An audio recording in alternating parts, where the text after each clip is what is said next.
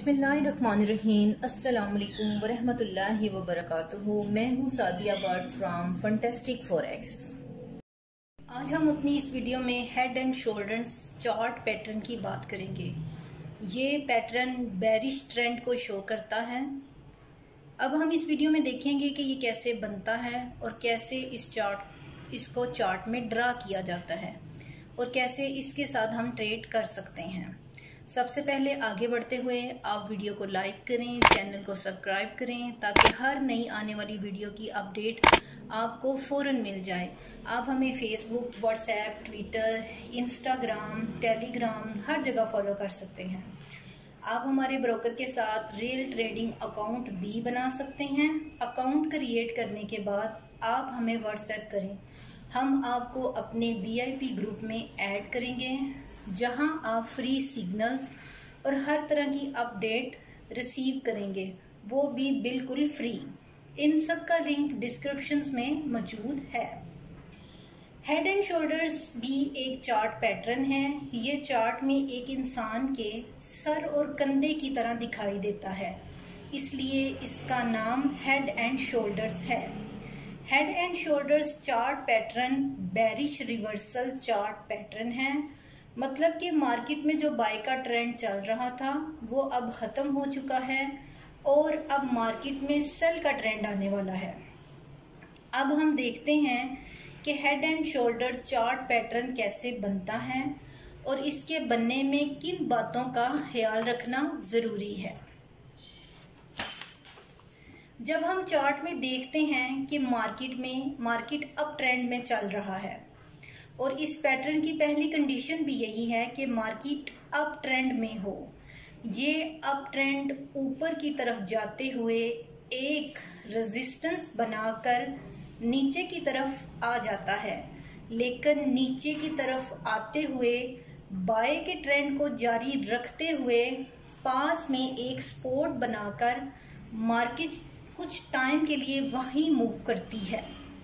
इस तरह इस पैटर्न का पहला शोल्डर बन जाता है, इसको लेफ्ट शोल्डर कहते हैं। इसके बाद प्राइस वापस दोबारा ऊपर की तरफ जाना स्टार्ट कर देता है और प्राइस लेफ्ट शोल्डर के हाई से भी ऊपर निकल जाती है और ऊपर की तरफ बढ़ते हुए सबसे ऊपर एक रेजिस्टेंस लेकर नीचे की तरफ आ जाती है। प्राइस पहले शोल्डर के नीचे तक आनी चाहिए, ये बहुत ज़रूरी है। ये दूसरा सपोर्ट पहले सपोर्ट या उसके बराबर थोड़ा सा ऊपर नीचे हो सकता है। अगर इस तरह का फॉर्मेशन बनता है तो इस तरह इस पैटर्न की एक्यूरेसी बढ़ जाएगी। इस तरह इस पैटर्न का हेड बनता है। इसके बाद प्राइस वापस से ऊपर की तरफ जाना स्टार्ट कर देता है और लेफ्ट शोल्डर के बराबर या उसके आसपास रेजिस्टेंस लेकर वापस नीचे की तरफ आना शुरू कर देता है। इस बार मार्केट के नीचे आने की स्पीड बहुत तेज़ होती है। इस तरह ये गिरने की स्पीड बाय के ट्रेंड को ख़त्म कर देती है। इस तरह इस पैटर्न का दूसरा शोल्डर बनता है और इसको राइट शोल्डर भी कहा जाता है।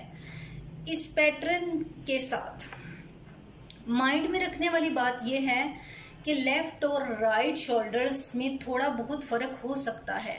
ये शोल्डर्स थोड़े बहुत ऊपर और नीचे हो सकते हैं, लेकिन हेड कभी भी दोनों शोल्डर्स के नीचे नहीं होगा।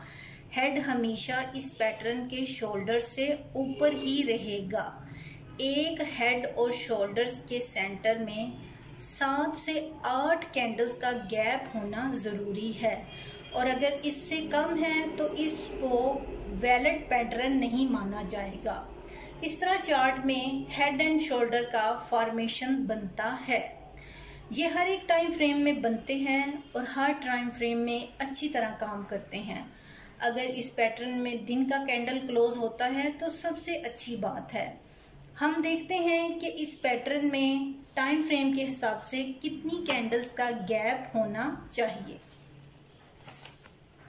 इंट्राडे चार्ट में 7 से 8 कैंडल्स का गैप होना ज़रूरी है। शॉर्ट टर्म में 3 से 4 वीक्स का गैप, मीडियम टर्म में 3 से 4 मंथ्स का गैप, लॉन्ग टर्म में 1 से 2 साल या इससे ज़्यादा का गैप भी हो सकता है।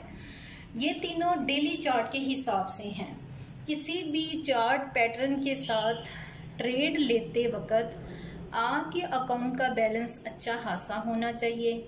आपको स्टॉप लॉस और रिस्क रिवार्ड रेशो का इल्म होना चाहिए, तभी आप किसी चार्ट पैटर्न के साथ ट्रेड लें, क्योंकि बगैर इल्म के आपका अकाउंट भी वॉश हो सकता है। अब हम इसके मेथड की तरफ चलते हैं कि कैसे हमें इस पैटर्न के साथ मार्केट में एंट्री लेनी है।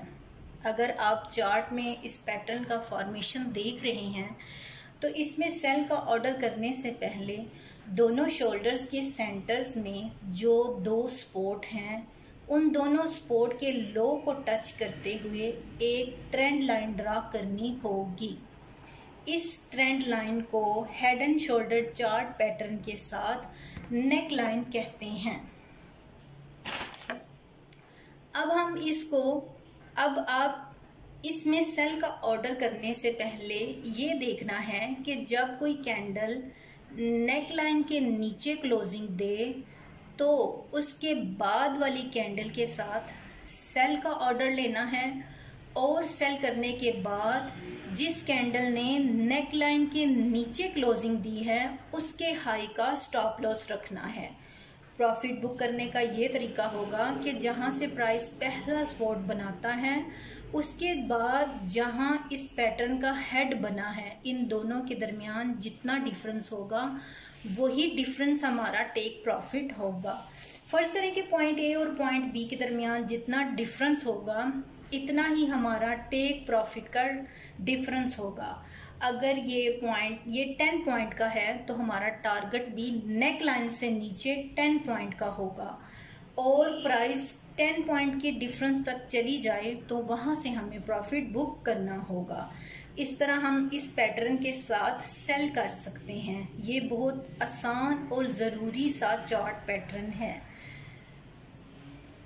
इसका first shoulder highest peak of the trend होना चाहिए। बगैर किसी लॉजिक बगैर किसी रीज़न के आप ट्रेड कभी नहीं लें। पहले आप 1-2 बार ड्रेमो पर प्रैक्टिस कर लें, फिर रेल पर ट्राई करें, क्योंकि इस तरह आपका नुकसान नहीं होगा। वीडियो पसंद आए तो लाइक ज़रूर करें। शुक्रिया। अल्लाह हाफिज़।